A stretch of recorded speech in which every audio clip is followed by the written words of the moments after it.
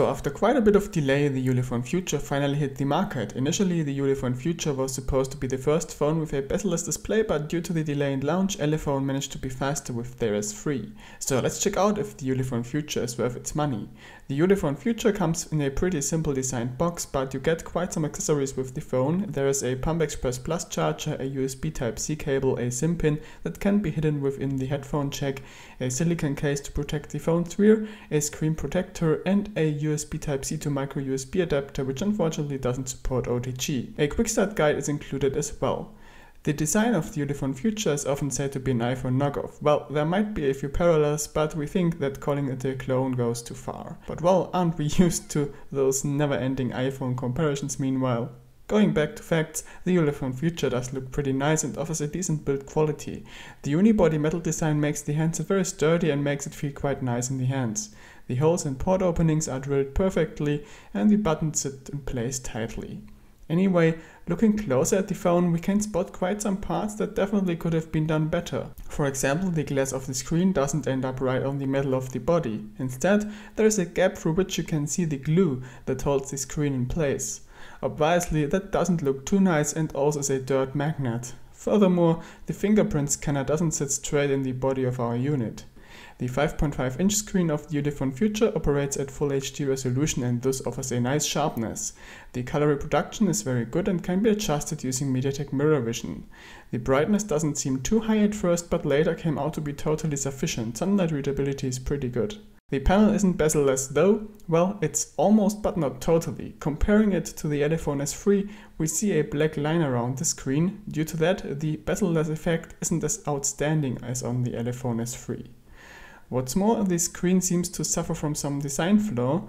Looking at it from the sides, you can notice a bright white line, which is caused by the backlight that is somehow being focused by the 2.5D edge. That looks kinda cheap and is annoying in the dark. The Ulefone S3 didn't show this effect.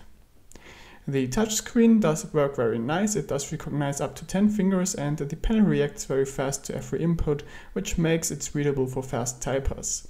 The glass surface is very smooth and doesn't attract fingerprints too much.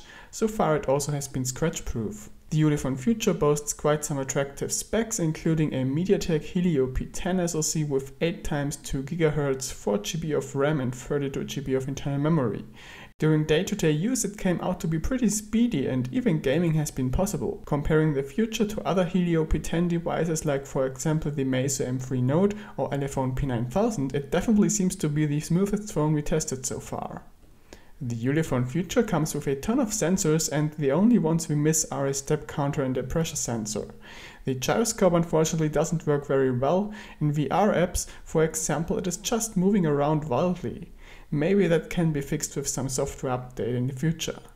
The fingerprint scanner unfortunately does only work properly when being indoors. We don't know why, but on the go it never works properly and it takes like 10 attempts to finally unlock the phone.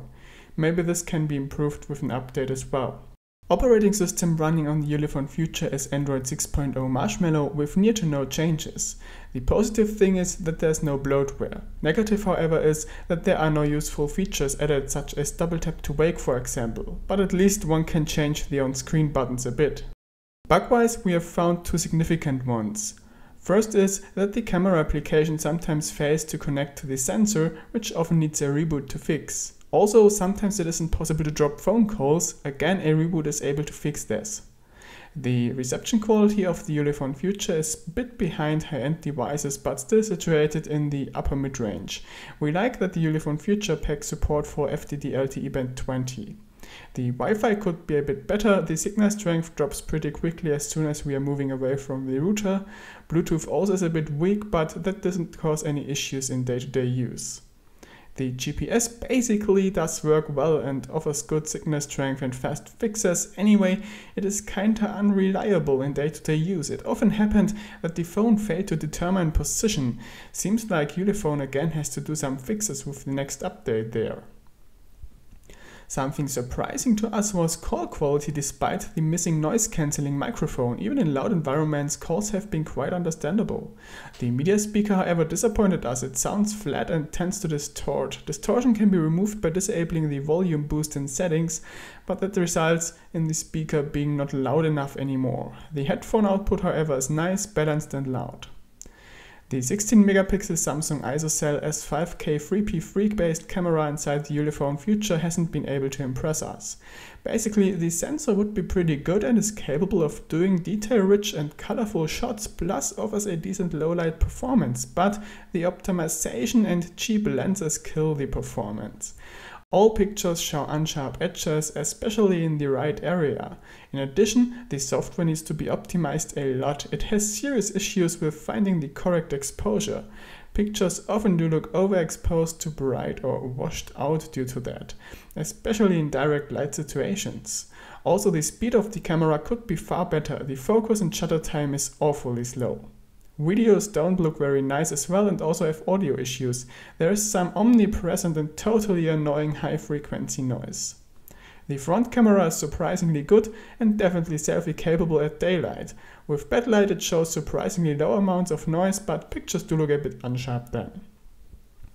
The battery inside the Ulefone Future packs 3000 mAh of capacity, which is enough to get the phone over a full day with no issues.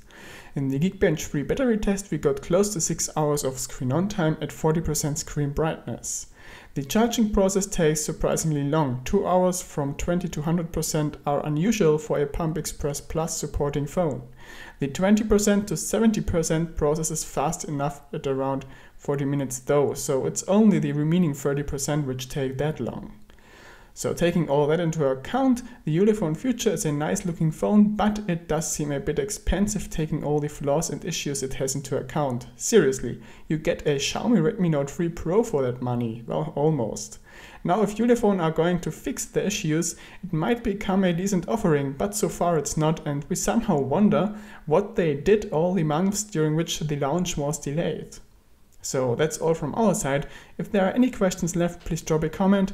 The shop link and more information can be found in the video description. If you like what we are doing here at ChinaMobileMag, please pay us a visit at ChinaMobileMag.de or at our English site ChinaDevices.net and follow us here on YouTube. So thanks for watching, bye bye, over and out.